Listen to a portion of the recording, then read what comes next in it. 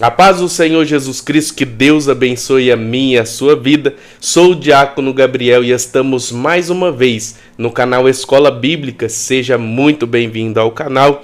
Estamos estudando a lição dos adultos, cujo tema é o Deus que governa o mundo e cuida da família. Um ensino muito edificante para nós. Comentarista da lição é o pastor Silas Queiroz. Fique até o final do vídeo que eu tenho certeza que eu e você, nós seremos edificados pelo poder da palavra de Deus. Pastor André. Amém, Diácono Gabriel, a paz do Senhor Jesus, meus amados irmãos, amigos, inscritos neste canal. Hoje estaremos dando início à lição de número 6, cujo tema é o livro de Esther, não é isso? Acabamos os estudos sobre o livro de Ruth e hoje daremos início a esta obra-prima maravilhosa, fatos reais, históricos, que narraram o grande livramento do povo judeu e que tem como personagem, um dos personagens principais, esta mulher chamada Esther, ou Hadassah, Veremos isso no decorrer da lição. O texto áureo nos ensina, porque se de todo te calares neste tempo, socorro e livramento doutra parte virá para os judeus, mas tu e a casa do teu pai perecereis. E quem sabe para tal tempo como este, chegaste a este reino? Esther capítulo 4, versículo 14. A verdade prática nos ensina a perfeita vontade de Deus é nos guiar por caminhos que levem ao cumprimento dos seus eternos propósitos. Louvado seja Deus. A introdução nos ensina que nós, é claro, concluímos, como já disse, o livro de Ruth, e nesta lição iniciaremos o livro de Esther. Ruth é cheio de referências expressas ao nome de Deus, enquanto o livro de Esther, por sua vez, tem como característica singular a total ausência do nome de Deus, ok? Mas nem por isso o agir de Deus deixa de estar presente no livro. Esther nos mostra e contém alusões diretas ao Deus da providência, mas nos apresenta uma história cujo roteiro é por inteiro uma manifestação da providência de Deus, ok? Não nos mostra o Deus da providência, o nome de Deus, mas a providência de Deus, ela é um fato real no livro desse livro de Esther que nós estudaremos. Eu já passo o primeiro tópico ao Diácono Gabriel, a organização do livro, cujo subtópico é a categorização de Esther. A categorização de Esther, Uma das coisas que a gente precisa entender, A primeira coisa que precisamos de saber é que por mais que muitas pessoas não considerem, Esther é um livro canônico, tá? E em 2 Timóteo, capítulo de número 3, versículo de número 16, o apóstolo Paulo, como ali sempre sendo impulsionado pelo Espírito Santo, a advertir, a falar a respeito da palavra de Deus, ele vai dizer que todas as escrituras é divinamente inspirada e proveitosa para ensinar, corrigir, redaguir, instruir em justiça, e isso não é diferente aqui no livro de Esther, Então, por mais que o livro não contenha o nome de Deus, a gente vê claramente o agir de Deus trabalhando, dando livramento a favor daqueles que se colocou ali à disposição de clamar a Deus. A lição vai dizer aqui, da mesma forma que Ruth, Esther pertence aos escritos e os 11 livros que compõem a terceira seção da Bíblia hebraica. Então, aqui faz meio que um paralelo, entre a Bíblia hebraica e a Bíblia de nós cristãos. Na nossa Bíblia cristã, o Antigo Testamento, há ali 5 subdivisões, que é o Pentateuco, os livros históricos, os livros poéticos, profetas maiores e os profetas menores. Já na Bíblia hebraica, há 3 subdivisões, 3 seções, que são os livros da lei, os profetas e os escritos. Aqui o livro de Esther, ele está classificado como os escritos. Outra coisa aqui que a lição também vai dizer, a categorização de Ruth e Esther também são semelhantes na Bíblia cristã, na qual figuram entre os livros históricos, ou seja, tanto o livro de Ruth quanto o livro de Esther, na nossa Bíblia cristã, é categorizada como um livro histórico. Os escritos são formados por 11 livros, tá? A gente está falando agora aqui da Bíblia hebraica, né? A subdivisão da Bíblia hebraica. Dentre esses 11 livros, 5 livros curtos, chamados de rolos. Esses livros eram lidos publicamente nas festas judaicas, e especificamente o livro de Ruth no tempo da colheita. Passo aqui o segundo subtópico ao pastor André: características literárias. Amém, diácono Gabriel. Características literárias, né? Este livro de Esther, ele contém 10 capítulos, ok? Dentre as características literárias, o que se destaca é a sua historicidade, ou seja, tendo em vista que começa apresentando aí, né, uma referência ao rei Assuero, rei da Pérsia, ok? Nós vamos observar, obviamente, a parte histórica. O livro ele é narrado, né? Um narrador ali contando a história desse Império Medo-Persa, que nós vamos ver no decorrer da história. É o império ali que vence o Império Babilônico e começa a reinar. Então, por isso, é um livro que a sua historicidade ela se expressa, ok? O narrador começa a expressar ali a história deste império que começa a governar após derrotar o Império Babilônico. Nós temos também como característica a festa, né, a fonte primária para a festa do Purim. O que era a festa do Purim? Uma festa anualmente celebrada pelos judeus, que era a festa do grande livramento que Deus deu aos judeus persas. Por que judeus persas? Nós vamos ver no decorrer da lição que uma parte dos judeus, após a derrota do Império Babilônio, aproximadamente 50 mil judeus voltaram para Israel, ok? Juntamente ali com a liderança de Zorobabel. No livro de Esdras nós vamos ver isso um pouquinho mais para frente. Então nós temos como característica a festa do Purim, uma festa ali comemorada pelos judeus anualmente, que era uma festa comemorada sobre o grande livramento, né, do extermínio que seria executado ali para com os judeus pelo plano maligno de Ramã, não é? Então essa é uma das características aí da historicidade deste livro, né, literário de Esther. Louvado seja Deus. O estilo narrativo é menos diálogo do que o livro de Ruth e, obviamente, o texto é mais narrado. Os personagens têm pouca participação. Observe que a lição de hoje é mais para nós entendermos o contexto do livro de Esther. Eu já passo o terceiro tópico, a autoria e data, ao diácono Gabriel. Terceiro subtópico, a autoria e a data. A gente vai ver aqui no começo desse terceiro subtópico, o autor de Esther é desconhecido, ou seja, não sabemos exatamente quem foi que escreveu o livro de Esther. A Bíblia ela não taxa isso, quem foi que escreveu. Muitos acreditam ser Mardoqueu, né? Mas não podemos afirmar, não podemos falar no silêncio da Bíblia. A Bíblia não deixa quem foi que escreveu, mas acredita-se que foi Mardoqueu. Algumas linhagens de pensamento acreditam isso. Continuando aqui a leitura, muitos estudiosos consideram que o livro foi escrito por um judeu que viveu na Pérsia. Por que os estudiosos acreditam nisso? Pela forte influência literária, pelo amplo conhecimento da cidade de Sussã, uma cidade que fazia parte do Império Persa.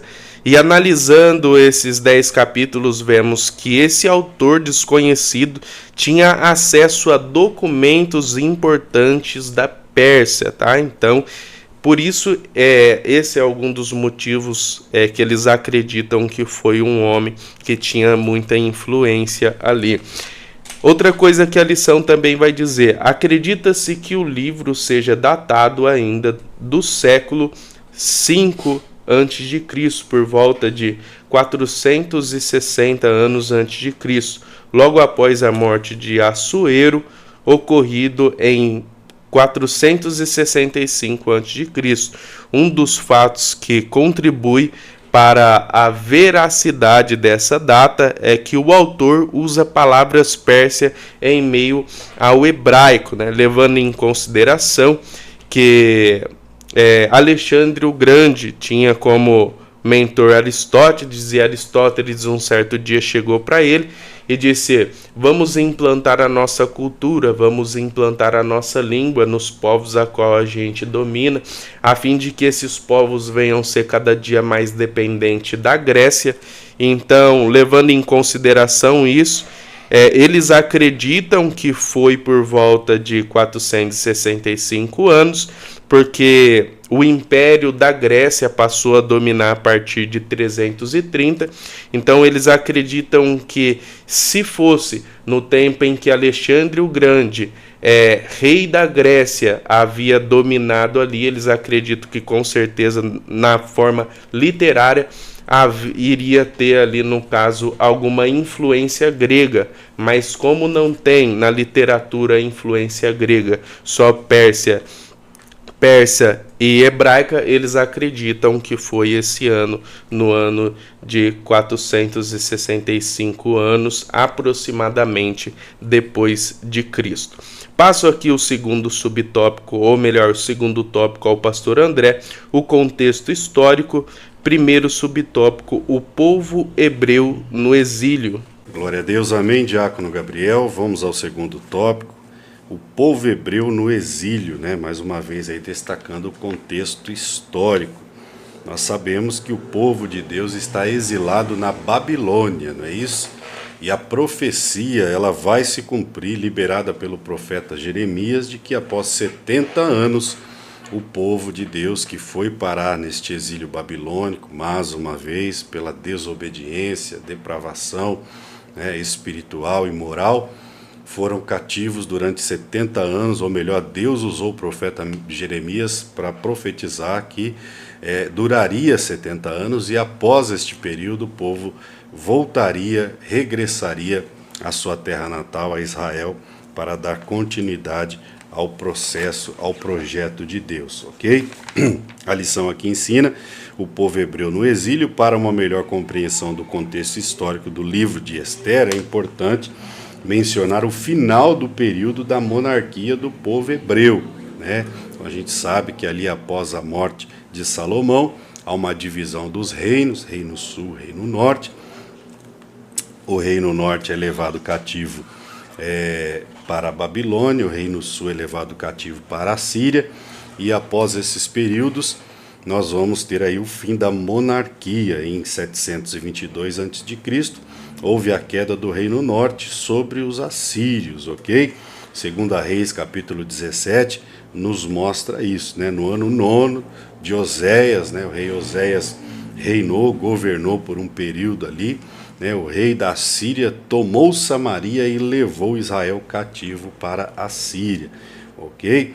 Nós vamos observar, pouco mais de 100 anos depois, Judá, o reino sul, foi levado cativo para a Babilônia, para a gente entender o contexto histórico aí, ok? Então os assírios levaram cativo o reino norte para a Síria, e o Império Babilônico levou o cativo, o reino sul, para a Babilônia. Louvado seja Deus, ok? Em 3 levas aconteceu este cativeiro da Babilônia, 605, 597 e 586 a.C., conforme Jeremias havia profetizado. Como já falei, o exílio na Babilônia duraria 70 anos, não é isso? Louvado seja Deus, ok? Foi um período em que Deus tratou com Judá. Ezequiel capítulo 36, versículo 18 diz isso: derramarei o meu furor sobre eles por causa do sangue que derramaram sobre a terra e dos ídolos com que se contaminaram. Olha aí, mais uma vez, o cativeiro veio por conta, né, da prostituição espiritual. Mais uma vez, a nação de Israel se contaminando com outras nações, né, sendo levados a outros ídolos, enfim, e assim a ira de Deus sempre vinha sobre a nação israelita. Foi um período em que Deus tratou com Judá, principalmente para extirpar a idolatria, que era o que mais assim irava a Deus, né? O que havia contaminado a nação era a idolatria. Deus abomina todo pensamento, sentimento, preste bem atenção nisso, tá? Para você que é crente na pessoa do Senhor Jesus, servo e serva de Deus. Deus abomina todo pensamento, sentimento e comportamento idólatra, né? Lá em Romanos capítulo 1, versículo 25 está escrito: pois estes mudaram a verdade de Deus em mentira, honraram e serviram mais a criatura do que o Criador. Louvado seja Deus. Então, todas as vezes que Israel se desviava da adoração e sacrifício ao verdadeiro Deus, que os tirou do Egito, que os conduziu pelo deserto, que os sustentou, que tinha promessa, eles eram levados cativos, eram feitos vassalos pelas nações e assim passavam provas amargas longe de sua terra natal. Não é diferente com nossas vidas, né? Todas as vezes que o homem se afasta de Deus, ele fica à mercê do mundo e do inimigo de nossas almas. Amém? Eu já passo aí o segundo tópico, o fim do exílio, ao diácono Gabriel. Glória a Deus. O segundo subtópico, o fim do exílio, né? A gente vai entender aqui o contexto histórico de tudo isso que aconteceu, né? Vemos ao decorrer da história que Deus castiga Judá pela idolatria, castiga também a Babilônia pelas suas iniquidades. Deus havia dito a Jeremias, a gente pode acompanhar no capítulo de número 25, versículo de número 12, e cumpriu a sua promessa de que ele iria vir com justiça a esse povo que estavam praticando a iniquidade. Também já havia julgado a Assíria, né? Conforme escrito em Naum, capítulo de número 1, versículo de número 3, Deus não tem por culpado, Deus não tem por inocente aquele que é culpado, ou seja, Deus ele é justo, tá? Deus ele é justo, tudo aquilo que você plantar, você vai colher. Não adianta a gente querer plantar abacaxi e colher uva, né? Isso não está de acordo com os princípios da palavra de Deus. Tudo aquilo que você plantar, você vai colher. 1 João, capítulo de número 4, versículo de número 8, diz que Deus é amor, mas em Deuteronômio 4, 24, diz que ele é fogo consumidor. Então a gente não pode confundir isso, independente aí do que a gente fazer, a gente tem que ter essa noção de que Deus ele vai agir conforme as nossas atitudes, colher coisas boas aqueles que plantam coisas boas e colherem coisas ruins aqueles que plantam coisas ruins. Em 534 a.C., Ciro vence a Babilônia. No primeiro ano do reinado de Ciro, Deus desperta, né, Ciro, e ele emite um decreto da volta dos judeus para Jerusalém, conforme escrito em Esdras, capítulo de número 1.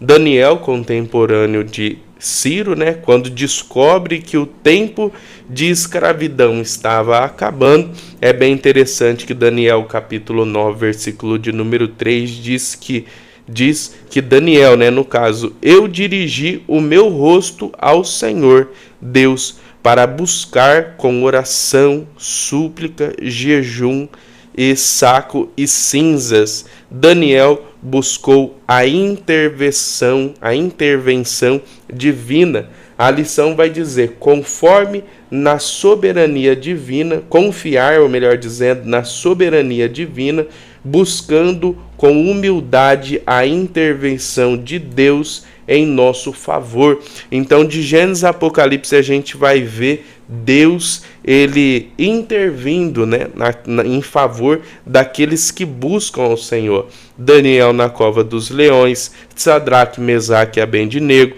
A gente vai ver aqui que Paulo e Silas, por estar fazendo a vontade do Senhor, eles foram presos, mas a Bíblia vai nos dizer que perto da meia-noite, Paulo e Silas cantavam e oravam hinos a Deus e os outros presos escutavam, e de repente sobreveio tão grande terremoto.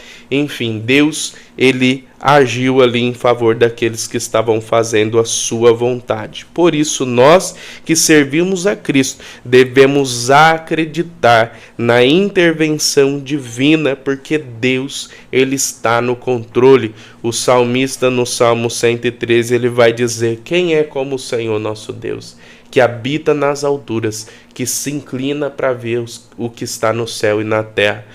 Servimos a um Deus grande, a um Deus poderoso. A lição aqui no final também vai dizer: agindo assim, podemos ter uma vida quieta e sossegada. Quando a gente aceita em nosso coração acreditar na intervenção divina, podemos descansar, porque assim como Deus ele fez a este povo, ele faz na nossa vida também. Passo aqui o terceiro subtópico ao pastor André, o pós-exílio. Em Diácono Gabriel, pós-exílio, né? Como eu já frisei, o ocorrido aqui do livro de Ester, ele acontece na capital de Sussã, no Império Persa, não é isso?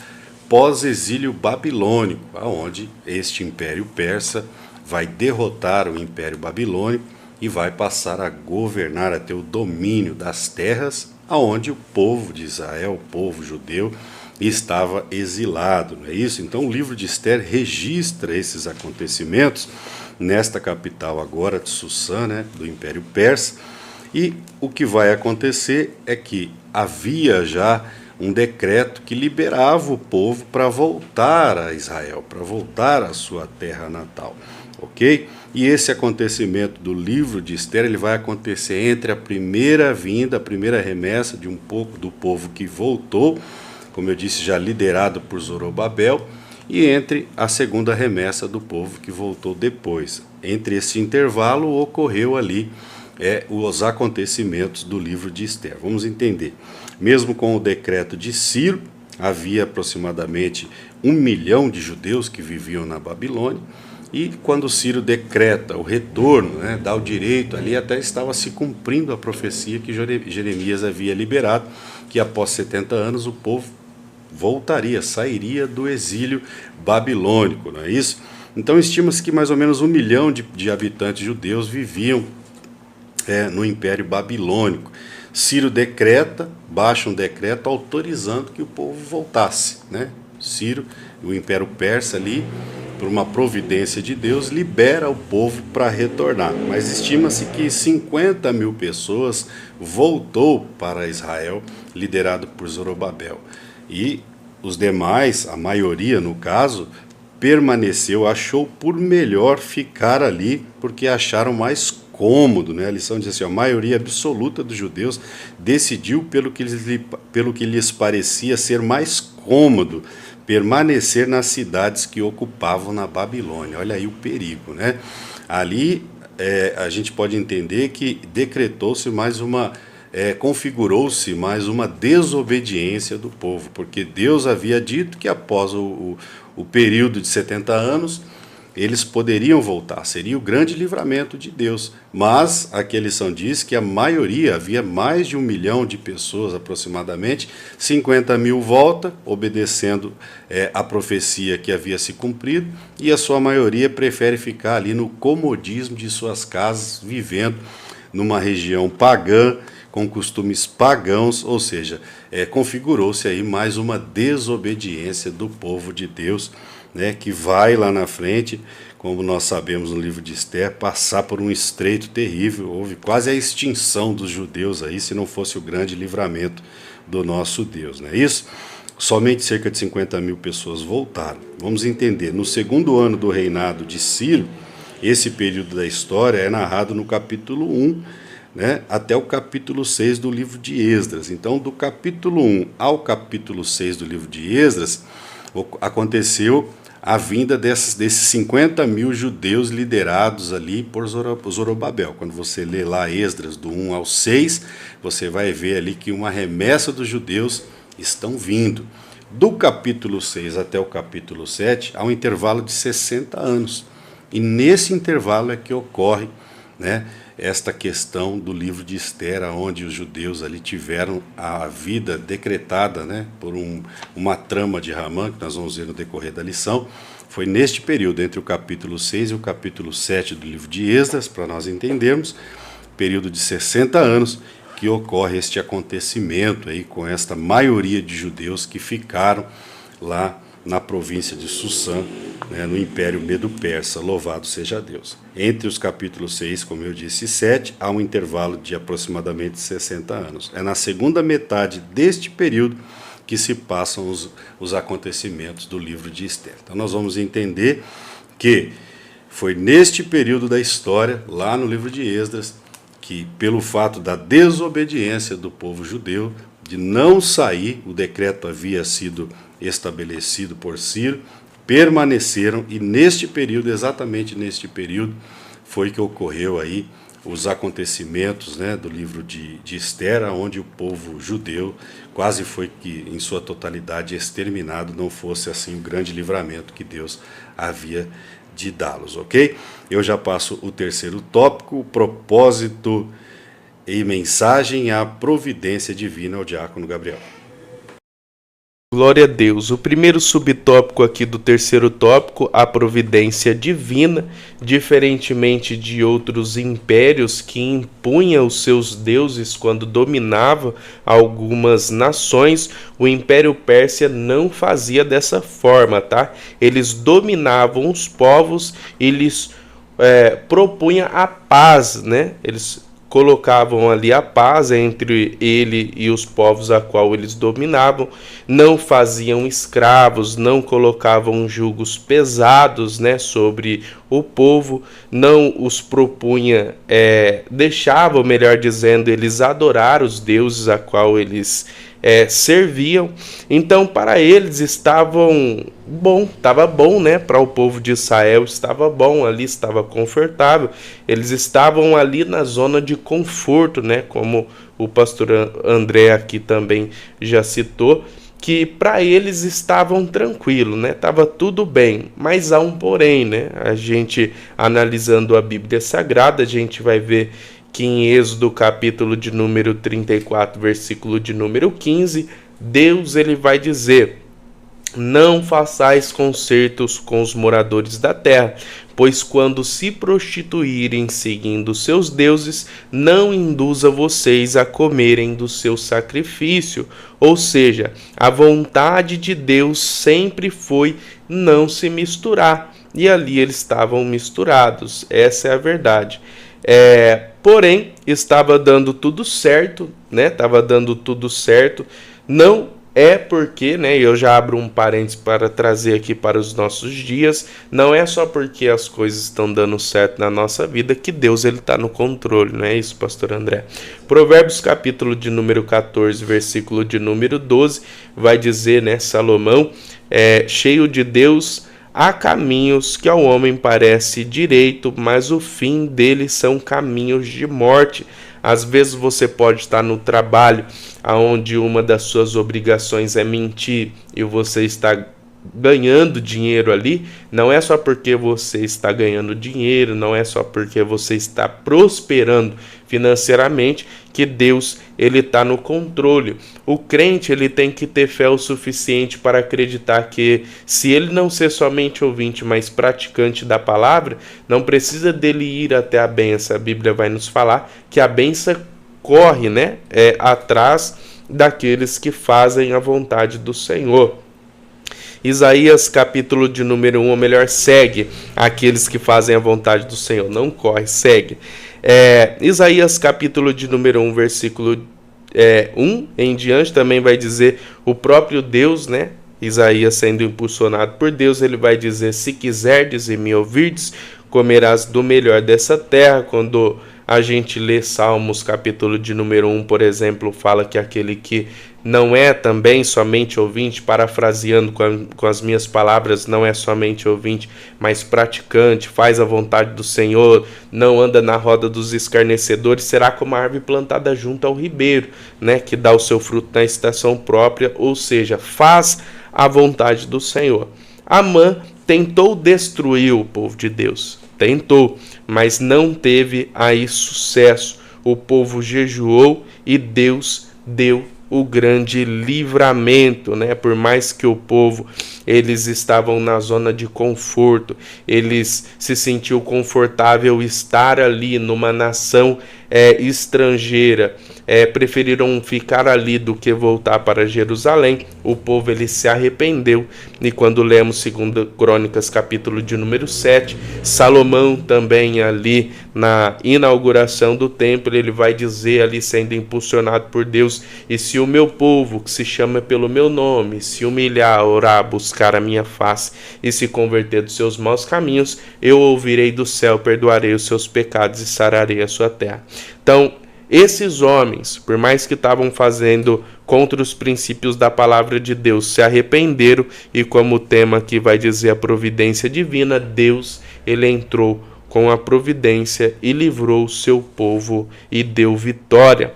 Passo aqui o segundo subtópico ao pastor André: uma falsa estabilidade. Amém, diácono Gabriel, uma falsa estabilidade, né? Uma falsa estabilidade. Esther nos transmite como mensagem o perigo de confiar nas falsas estabilidades que as estruturas do mundo nos oferecem, né? E costumam parecer mais vantajosas aos nossos olhos, como servos do Senhor, como cristãos, como aqueles que obedecem à palavra de Deus. Nós precisamos enxergar no livro de Esther o perigo da desobediência e de confiar nas estabilidades do mundo, que o mundo oferece. Foi o que aconteceu com esses judeus. Como já frisamos no tópico passado, lá no livro de Êxodo, do capítulo 1 ao capítulo 6, nós vamos observar na liderança de Zorobabel 50.000 judeus obedientes voltando para Israel para reconstruir as suas vidas na cidade natal, serem conduzidas por Deus, voltaria novamente a teocracia, porque era o fim da monarquia. Confiar em Deus é a melhor segurança que todo servo, toda serva de Deus deve ter. Obviamente que nós votamos para que um prefeito, um presidente, um governador, ou seja, os governantes governem da melhor maneira possível, mas a palavra de Deus vai dizer no Salmo 20, verso 7, uns confiam em carros, outros em cavalos, mas nós fazemos menção do nome do Senhor, o nosso Deus, louvado seja Deus, né? Nós vamos observar que quase 1 milhão de habitantes ali viviam, apenas 50.000 voltaram e os demais, a sua maioria, permaneceu em Susã, permaneceu ali nas terras que eles construíram na Babilônia, confiando na estrutura do homem, não é verdade? Mas o livro ensina que logo veio então, né? Estava tudo indo muito bem, mas logo veio então a ordem do extermínio total dos judeus, né? A falsa segurança foi embora. Por que uma falsa segurança? Como frisei, trazendo para os nossos dias, nós devemos votar como um cidadão de bem, nos melhores governantes, desejando que os governantes governem, porque a palavra de Deus diz: quando o ímpio governa, o justo suspira, mas a nossa confiança, ela vem do Senhor. Nós devemos estar orando o tempo todo e confiando no Jeová Jireh, que é o Deus da nossa providência. Louvado seja Deus. Olha aí, essa falsa segurança foi embora. O povo de Judá dependia novamente da intervenção divina para a sua sobrevivência. Olha aí, se tivessem obedecido, estado com os ouvidos espirituais atentos, e olha, a profecia que Deus falou através da boca de Jeremias se cumpriu, acabou o cativeiro, devemos voltar para Jerusalém. É a confiança em Deus e não nas estruturas humanas. Foi o que o povo de Israel aqui acabou confiando, os judeus acabaram confiando ali nas suas moradias que eles haviam construído. Não é isso? Esther nos mostra Deus agindo mais uma vez, movendo as estruturas humanas, agora no grande e poderoso Império Persa. E aqui fica uma lição: seja qual for a circunstância, é melhor confiar no Senhor do que no homem, né? A referência aqui do Salmo 118, é isso? O verso 8 vai dizer: é melhor confiar em Deus, no Senhor, do que nos homens. O verso 9 diz: é melhor confiar no Senhor do que nos príncipes, ou seja, do que nos governantes. Não é isso? Porque príncipe é principal, ou seja, os que governam. Então fica aqui uma lição no livro de Esther. Devemos sim como cidadãos, entender política, nos posicionarmos como cristãos. A política está em toda parte, está na igreja, está em todos os lugares. Devemos sim entender política, votar direito, mas a nossa confiança ela deve estar sempre no Senhor dos Exércitos, porque Ele é o Deus da providência, é o Deus que age e opera na vida dos que creem, na vida dos que oram, na vida dos que buscam. Está escrito: nunca se viu nem se ouviu um Deus que trabalha por aqueles que nele esperam. Amém? Assim eu já passo o terceiro subtópico, a festa do Purim, ao diácono Gabriel. Glória a Deus, a festa do Purim, né? A lição vai dizer aqui, Purim é o plural da palavra pur, lançar sorte, conforme escrito em Esther 3, versículo de número 7, né? Amã lançou sorte para fichar o dia da morte dos judeus, mas a gente vai ver ao decorrer da lição que ele não obteve aí vitória, porque maior é aquele que é o Deus dos judeus, o Deus que fez os céus e a terra. A Bíblia vai nos falar em Apocalipse capítulo 1, versículo de número 8. Ele é o alfa e o ômega, o princípio e o fim, o que é e que era e que há de vir, o Deus Todo-Poderoso. Então você pode ter certeza que se você tiver alguém contra você, não precisa de você pagar o mal com o mal, vença o mal com o bem, faça o bem para essa pessoa. E diante de todas essas coisas, ore, porque duro é aquele que tenta contra o Deus que fez os céus e a terra, né? Então a gente não pode ter raiva das pessoas que lutam contra nós, a gente tem que ter dó e misericórdia, colocar o joelho no chão e interceder por essa pessoa. A festa comemora a frustração desse nefasto plano diante da providência, ação divina para a libertação do seu povo. A festa de comemoração ao grande livramento de Deus ao povo de Israel. A gente vai ver aqui que se não fosse a mão do Senhor, o povo de Israel ia ser exterminado. Se não fosse a mão do Senhor na minha e na sua vida, o que seremos de nós, né? O que seria de nós? Diferentemente do mundo, nós temos o Espírito Santo, conforme é escrito em João, capítulo de número 14, não vos deixarei órfão, irei e rogarei ao Pai, e Ele vos dará o outro Consolador, o Espírito da verdade. Assim como esse povo que teve sucesso, que obteve vitória da parte de Deus, porque teve uma arma, né, que o mundo não tem. Eu também, eu e você, nós também temos armas que o mundo não tem, que é o Espírito Santo do Senhor e a fé. Eu acho bem interessante, eu acho muito legal a atitude de Esther, Mardoqueu, que teve fé, e fazendo um paralelo com Hebreus capítulo de número 11, os escritores aos Hebreus vai dizer que Abraão, Isaac, Jacó, esses homens e muitos outros, pela fé, venceram reinos, praticaram justiça, alcançaram promessas. Então a festa do Purim é uma festa de agradecimento à providência do Senhor, dando um grande livramento à nação de Israel. Passo a conclusão ao pastor André. Amém, diácono Gabriel. Muito bem explicado, explanado, né? E o livro de Esther nos lembra de que vivemos neste mundo, mas não devemos confiar nas estruturas deste mundo. A Bíblia diz em Daniel 2, 37 ao 45, que os reinos, é profético, livro de Daniel, os reinos deste mundo passarão. Sim, passarão. Nós sabemos, como servos de Deus, que o tempo desta terra, Deus é o alfa e o ômega, ela tem princípio e fim. Louvado seja Deus, né? Os reinos que governam, e muitas das vezes não governam com justiça, governam com injustiça, imposição, né? Isso massacrando, subjugando, né, as pessoas, mas nós sabemos pela palavra de Deus, em Filipenses capítulo 3, versículo 20, que o reino de Deus, né, ou seja, a cidade do Senhor está nos céus, da onde também nós esperamos o Senhor, o Salvador Jesus Cristo, né? Nós temos uma esperança, a esperança da glória. Enquanto em vida, como frisei nesta aula, devemos cumprir o nosso papel de cidadão, escolher bem os governantes que vão governar o nosso bairro, a nossa cidade, a nossa nação, nos posicionarmos enquanto igreja, não só dentro da igreja, com os líderes da nossa igreja, com os líderes da nossa nação, devemos sim, enquanto cristãos, nos posicionar, mas não devemos confiar plenamente no homem, nessas pessoas, porque o nosso reino não é desta terra, o nosso reino é eterno, através da pessoa santa e bendita do nosso Senhor e Salvador Jesus Cristo. Amém?